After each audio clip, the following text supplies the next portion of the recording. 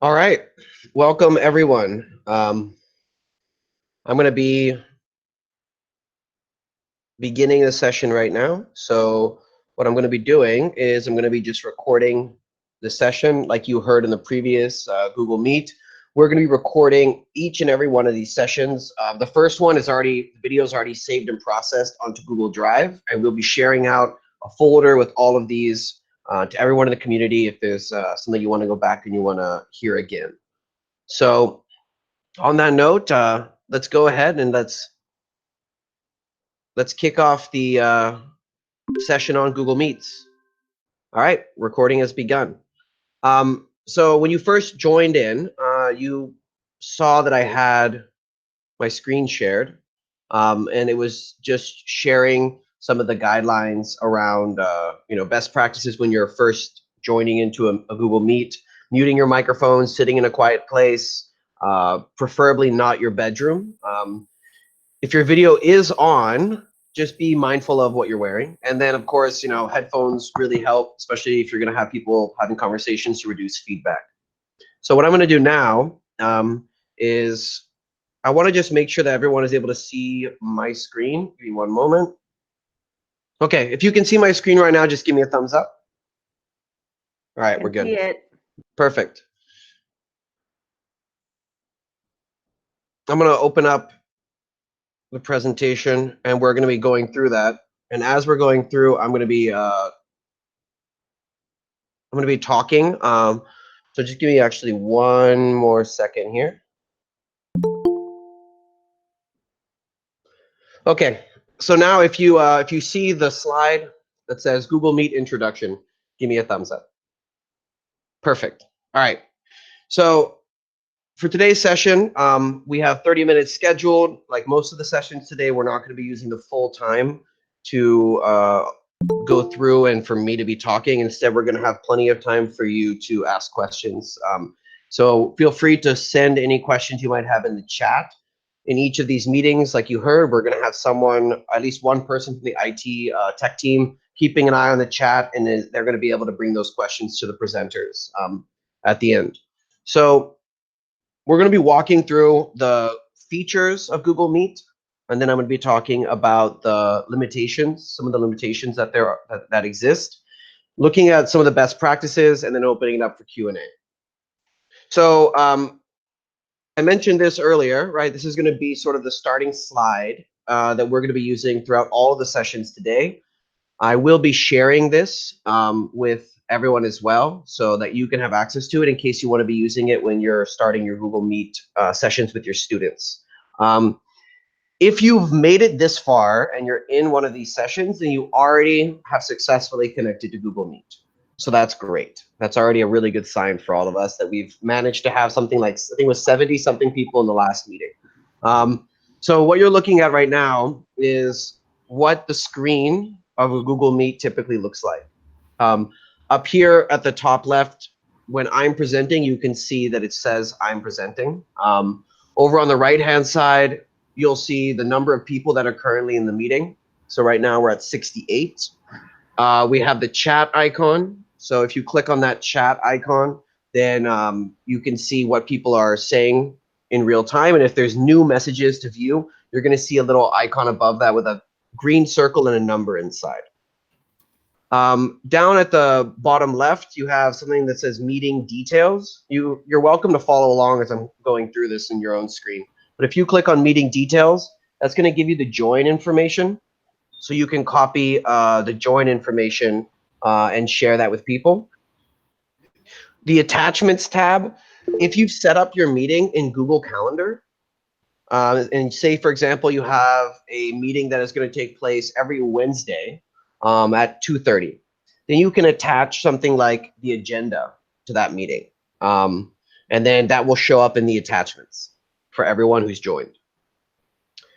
Down at the bottom, right, we have all figured out how to mute our microphone. Right, I'm going to mute people that haven't muted their microphone. So muting your microphone down there. You can turn your video on or off, and of course, you can hang up and end the call.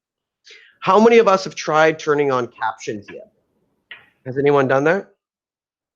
Yeah, take a look at the captions. It's pretty amazing, actually. If you turn on captions, what it does is it listens to whoever it is that's talking, and yeah, it does a pretty amazing job of capturing what the person is saying and turning that into text. So it's not only useful for, for all of us here, but think about some of your students and how they might benefit from seeing it written out instead of just hearing you talk, right? Um, if you want to share your screen, you have the option next to the captions button, where if you click on you are presenting, so right now I'm presenting, so I get the option to stop presenting. If you are not yet presenting, you can click on that and you can choose to share your entire screen or one window. So I encourage everyone, whether it's in the 15-minute breaks in between sessions or sometime later today, to go in, create your own Google Meet, and just play around with the features so that you feel comfortable using it with your students. If you click on the three dots next to that, you have the option to begin recording. So you can stop right now I'm recording, so I don't want to stop the recording. I want it to go on. But if you, you need to make sure, and we'll talk about this throughout today, at the beginning of the session, as soon as the first student joins, you need to begin recording so that everything that is said is captured and saved for your records. You can also play around with the layout. So go ahead and click on the change layout button. And by default, it's set to auto. And what auto does is as soon as somebody says something, their face appears, really big in the middle of the screen. You can experiment with some of the other options there. I personally prefer sidebar because sidebar gives me the most number of people on the right-hand side that I can see at any given point.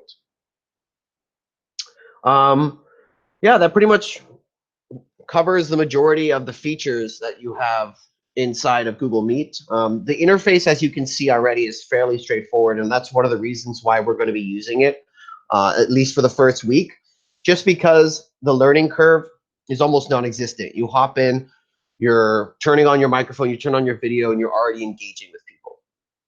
Over here, just some ideas. We have the ability to screen share. We can record for an unlimited amount of time. And yeah, it looks like somebody might have stopped the recording. 1 second. Thanks for pointing that out.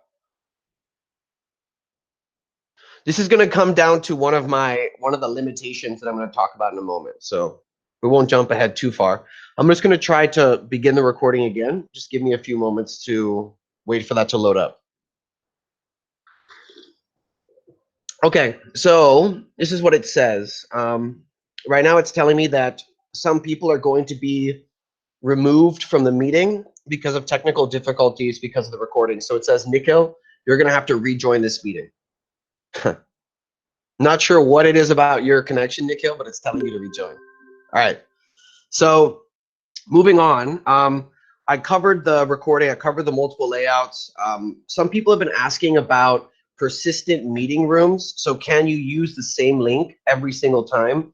And the answer is yes. You can create one link.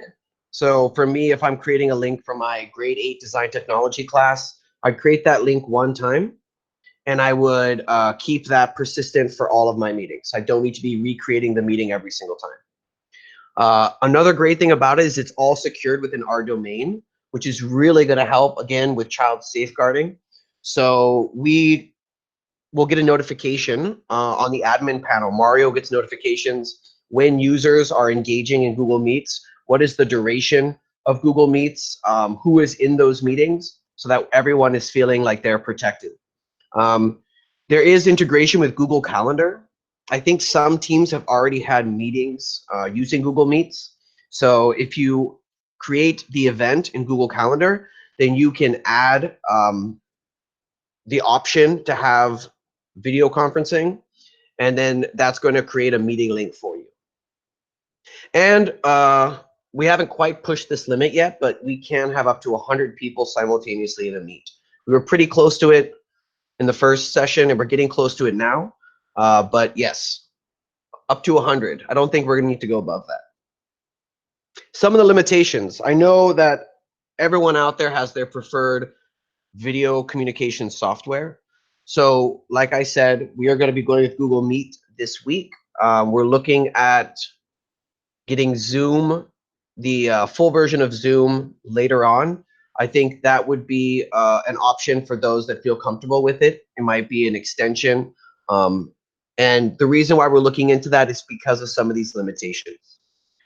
The first limitation is that as host, even though I created this room, I actually don't have a whole lot of additional privileges. So as a teacher, if you're inviting people into the room, you don't have administrative control over anyone. It's really a very democratic software where everyone is sort of coming in as an equal. There's no auto mute. So what I mean by that is when you join the room, I'm not able to have it mute by default. So instead, I have to go through and mute people that have forgotten to turn off their microphones.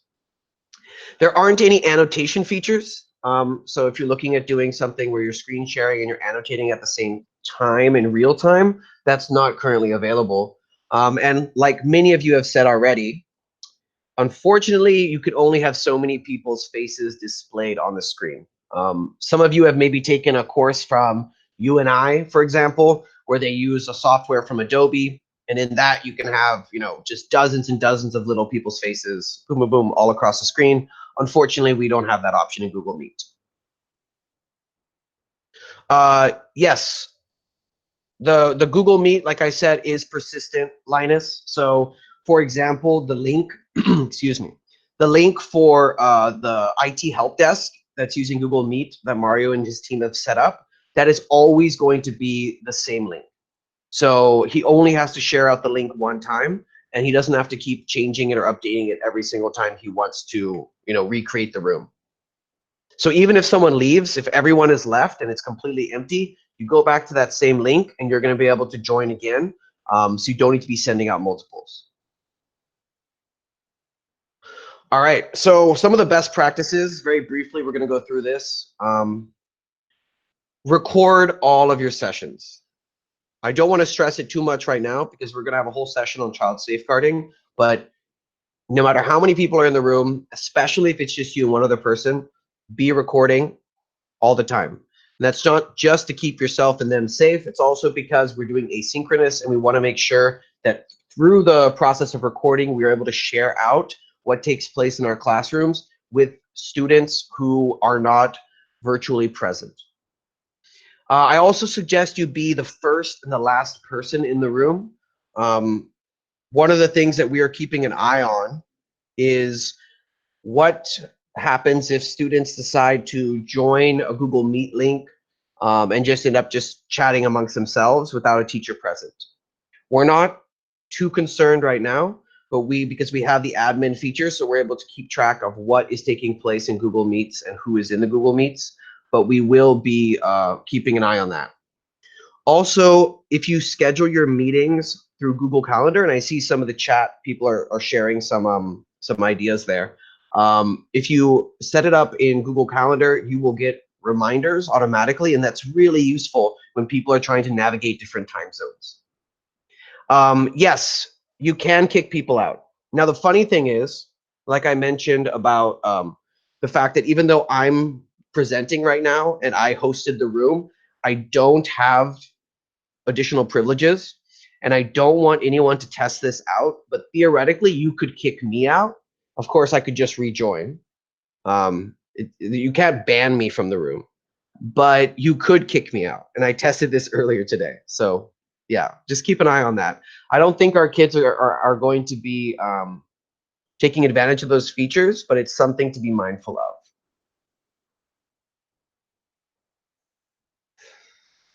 This whole presentation I'm going to be sharing with you, and the link over here is actually it's a single slideshow on Google Slides that has these guidelines for you. So you can use that at the beginning of your meetings with your students. If you have been on social media at all over the past few weeks, you will see that there are so many resources that are being created by schools all over the world. regarding best practices when it comes to video conferencing. So on the left-hand side, there's a great example here from the American International School of Guangzhou, and you can see that they're looking at Zoom video conferencing. But again, very similar guidelines across all schools, things that might seem like common sense to many of us that have engaged in video conferences before, but at the same time, really crucial to drive home with our students. On the right-hand side, you see another infographic created by, believe this is another school this is Seoul Foreign School in Korea. But one of the things I mentioned in my email is not to try and reinvent the wheel. If you want to borrow resources from educators that have created this and shared it publicly, grab them, connect with them, tell them that you're using their resources, share them with your students. I think that it's more important than ever to stay connected with our professional learning networks that have now gone digital.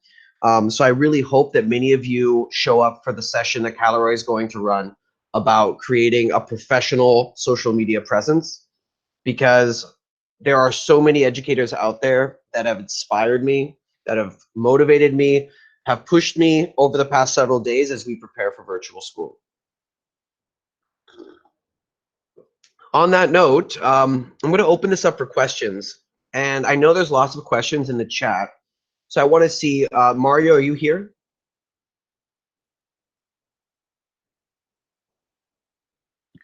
Yes, Alex, I'm here. Can you field some of the questions that you were looking at in the chat? Were there some things that people wanted to ask that you want to address right now?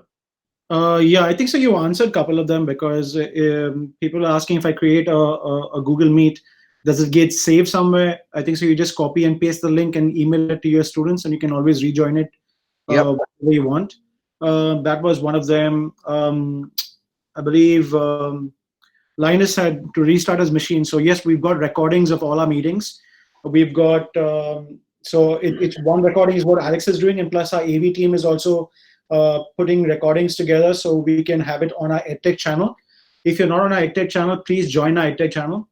In the morning, I showed you on our faculty page the resources. We have got a resources tab, so please make good use of that. There's also, if you want shortcuts, we've created shortcuts which we can push to the students as well as to faculty and staff. That's under ASB Essentials in your Google Chrome browser as your bookmarks. So that was just a couple of them, I guess, which have been answered. Mm-hmm. If anyone has a question right now, then feel free to unmute yourself and just ask. Yeah. Hi, this is Meena. I just wanted to ask, as some of us are not very well versed with the Google Calendar, there would be a session or some presentation on it? I think that's a great point. So what I can do is, if you've looked at the YouTube channel that we've created, there are several videos up there that are like 3 to 5 minutes long, where I'm recording my screen and I'm talking through how to use the tools. So I'm happy to do another one of those for Google Calendar and upload that later today, if that's something that would be valuable for you. And if you want more support, then feel free to get in touch with IT at ASB India, and we can support you in your specific needs. But yes, I will create a tutorial on Google Calendar, and I will make sure that it's relevant specifically to what we are going to be using it for, which really is about scheduling meetings, potentially reoccurring meetings with students, and then enabling that feature of being able to have the Google Meeting link inside of that. Perfect. Great question. Yeah. Great. Thank you. Thank you. All right. Anybody else have a question they want to ask? I have a question. I do. Oh, sorry. I'm not sure if you can hear me. Let's take Go ahead, take Karen first, and then we'll do Calorie. With IB classes, the instruction's super individualised. Have we got a policy about the one-on-one, or is that something Fiona's going to address this afternoon? Fiona's going to talk in more detail about it, but our policy is you need to be recording your sessions, everything, and it's even more important when it's one-on-one. Okay, thanks. Right? Hey, can I jump in on that one? Yep, go for it. So we actually just talked about this with our speech language pathologists about giving one-to-one instructions. So what they have done is they've written an email specifically to the parents and asking for consent to do that and letting them know that they'll be recorded. So they're getting consent from the parents to make sure that this can happen. So everyone's aware of the situation and of course that it'll be recorded. Okay. Yep. Okay. Thanks. Yep. Great question, though. Yep. I have a quick question, Alex. When we're Yeah. leading our Google Meets like this, I know we're all trying to figure out like our screens and such. How can we show our screen to the other people on Google Meets, like how you were showing your presentation? Okay, so if you're looking right now, look down where the captions are, and you see where it says present now. You just muted yourself, but if you click on present now, yeah, click on present now, then you're going to have the options to present your entire screen or just a window. Again, when we're thinking about going virtually like this, it's really important that we are paying attention not only to our surroundings of what's in our physical environment, but what might perhaps be on our virtual environment. So when I'm sharing my entire screen, you know, we have the chance that emails pop up, or I have another window open where it's something that perhaps is not the most appropriate thing to be seen by students. So just trying to be mindful of that as we move forward, because it's things we haven't really had to consider before. That's a really good point, Alex. And I was going to touch on that when we get to the social media, although way more relevant when we're in this live situation, because I was only thinking like if we're posting images, what's behind us and that kind of stuff. Good point. Thank you. Yeah, another thing there is when you are stepping away from your computer, it's probably a good idea to just turn off your video. So I know people have been getting in the habit of turning off their microphone when they're not talking, which is great. But even if you're stepping away for a moment, turn off your video, because there is a chance that you could be doing something in the background that maybe you don't want people to be seeing. And then I know some people like to put Post-it notes over their webcams. If we're going to be doing a lot of virtual stuff, it's not a bad idea to just take a Post-it, because sometimes you might forget that you have your meeting on, right? Just take a little Post-it and just place it on top of your webcam, just in case, so we don't have any issues with that, right?